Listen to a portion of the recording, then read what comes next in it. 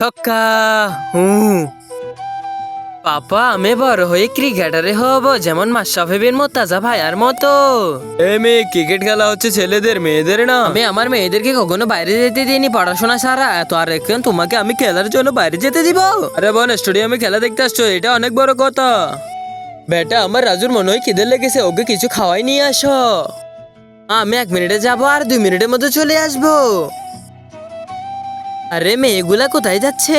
ভাইয়া, আমার রাজুর জন্য বড় থেকে একটা চিপস দেন, সবচাইতে বড়টা দিবেন কিন্তু।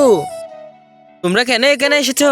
বাপ্পা, ভাইকে দিলেন এত বড় চিপস, তাই ভাবলাম আমিও আসি। পাপা, আমাকে একটা দিন।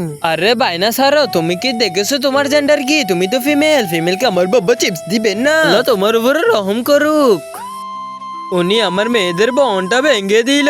এক্সকিউজ মি, হ্যাঁ বলু। ওই 2টা সিটের মধ্যে যে 2জন মেয়ে বসেছে, একটা হচ্ছে আমার আর একটা হচ্ছে আমার হাজবেন্ডের। আপা, আপনি ওই 2জনের সিট বুকিং করেন নাই? আরে আমি তো ভুলে গেছি, আর এত বড় স্টেডিয়ামের মধ্যে টিকিট কাটতে তো আমি একদমই ভুলে গেলাম। তাহলে আমরা এখন নিচে বসবো, আর পাপাকে ভালোবাসলে কমেন্টে আই লাভ ইউ পাপা লেখো। মাকে ভালোবাসলে লাইক সাবস্ক্রাইব করে দাও।